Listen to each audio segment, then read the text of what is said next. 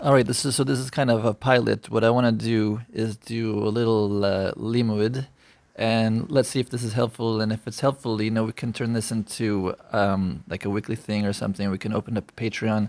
But first, let's see how this goes. Let's see. So what I want to do is I want to start with the second Mishnah of Perek Aleph of Psachim, and go through it, take it from the Yerushalmi, the Talmud Yerushalmi, then the Talmud Bavli, and then the Psak Halacha, and see how like there was this kind of like augmentation between the Yerushalmi and the Bavli, and it's very very clear from this Mishnah that like something's going on, and there was like this big kind of change.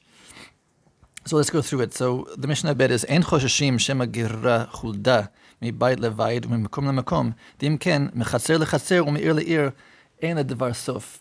B'kitzur, you don't have to. It's Yud Dalid of Chodesh Nisan. It's the night before Pesach, and we got our candle, and the lights are off, and we're checking for chametz to make sure that there's no more chametz in the house. We find the 10 pieces, we put them aside.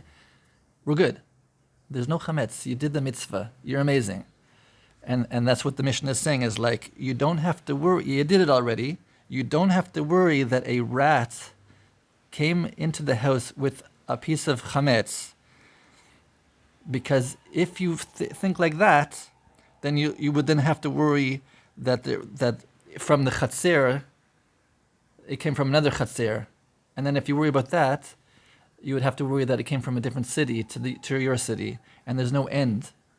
In other words, it's kind of like an anti-OCD kind of mentality. It's like we understand that there's this OCD mentality that we have, that like we have to do this again and again, because maybe we have to clean again and clean the hands again and clean the hands again.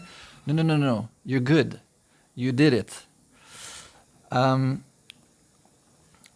then you go to so there's that, okay? The message is anti-OCD. You did the mitzvah, and the Chazal is already taking the mitzvah literally, that like lo tira'eh chametz, right? That you literally shouldn't see chametz during Pesach, and there's like maybe lots of like al pi yasod, some ideas about like what that means. Okay, so we're good. Like we're taking it literally, but you did it. Now you go to the Yerushalmi, and what's the Yerushalmi? The Gemara on this Mishnah in the Yerushalmi is like very very short and precise. There's two malachim, there's two talichim, there's two like portions that are very short and concise, and I'll just go through it outside. Like, I encourage you to look at it inside. You go to the Shotenstein. If just the Yerushalmi is difficult to understand, the Shotenstein makes it really easy. But it goes like this. There's two. The first part is, hey, wait a second. That's not how Kal V'chomer works. Kal V'chomer works the opposite way. So there's a problem with the Lashon of the Mishnah, because what the Kal V'chomer should be is, if you're worried about a rat coming from city to city, then Kal V'chomer, you'd be worried about the Chatzer. But the Kal V'chomer doesn't work the other way, because let's say, like for example, there's like the Chaver, and then there's the Ama Aretz. Ama Aretz was concerned about Truma, but they weren't concerned about Maser. That was the problem with eating at someone who is an Ama Aretz, because if you were eating at his house, maybe he didn't do Maser. If Truma, for sure he did, but Maser he didn't. Lo makpid. Same thing here. Maybe someone who makpid on his house, like, oh, maybe I have to check the house again because there's a rat. But I'm not going to worry about someone coming from chaser lechatzer, a rat coming from a chaser. And even if someone was really, really OCD, and it's like, okay, I'm worried about the other chaser, he's for sure not worried about city to city. So that's not how Kal V'chomer works. Then the second part of the Yerushalmi says, no, the wording of the Gemara is completely okay, and this is how you have to understand the Gemara, the Mishnah. Sorry, the Mishnah. The wording of the Mishnah is fine. Here's how you have to understand the Mishnah. Okay, it's Yud Dalid, and you're checking chametz, and you did it. You found the 10 pieces.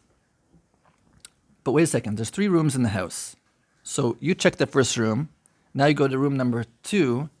What if someone from room number 3 came in and put the chametz in room number 2? Then you have to check. Sorry, I have to put chametz in room number 1. You have to go back to room number 1. But you have agency over your house, so you say, okay, what I'm going to do is I'm going to have 3 people. I'm going to have 1 in each room, and we're going to set our clocks, and we're going to go. Okay, now let's check. Everyone is checking in each room, and everyone is also guarding to make sure that there's no rat that comes in from a different room into that room. And then everyone finishes at the same time. You put the 10 pieces of a chametz in the special jar to make sure that no rat comes in and takes it out and puts it. You're good.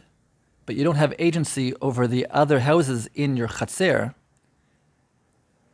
So that's how you understand the wording of the Gemara.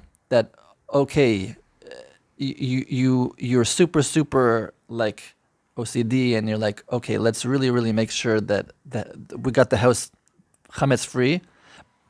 Then you still have to worry about if you're worried that a rat's going to come in from room number 1 into room number 2, then even if you're super precise about cleaning the house, you still have to worry about someone from the second house in the chatzer. And then even if because back in the day, in the chatzer was kind of like communal, so you could kind of organize that. Okay, we're going to set our watches, and everyone in the houses within the chatzer, we're going to check the houses at the same time and make sure that how many rooms do you have? Make sure there's someone in each room, and make sure that as you're cleaning, you're also guarding the doorway to make sure a rat doesn't come in and put a chametz into the house. You can kind of organize that. If you're really super like organized, you can get the kol chaser on your team, and like everyone, there's going to be people saying, "No, you're going too far," but you convinced everyone. You do it. You still have to worry about someone from the chatser sheni, and then if you get that, you have to worry from ear to ear a rat comes in. That's how the Gemara ends in the Yerushalmi. That's it. There's no diyun about, but what if? No. We're good. It's just reinforcing the idea that you did the bidika on Yud Daled Nisan. You found the 10 pieces. You don't have to worry about the rat. There's no rat, okay? Because if you don't have to worry that Hashem is trying to mess up your mitzvah. You're good.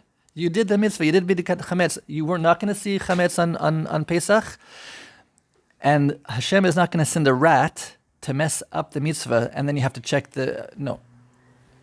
Then we get to Talmud Bavli, and suddenly, what's the diyun from? And I'm not going to read inside, but I encourage everyone to learn it with the Steinsaltz. I learn it with the Steinsaltz, but if you have Schoenstein, that's even like more thorough.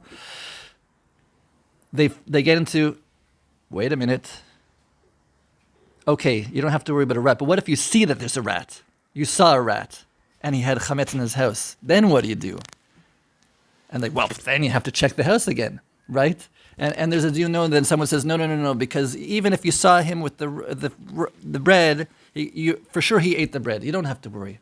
But then there's some rabbi, I forget who it is, he's like, no, but...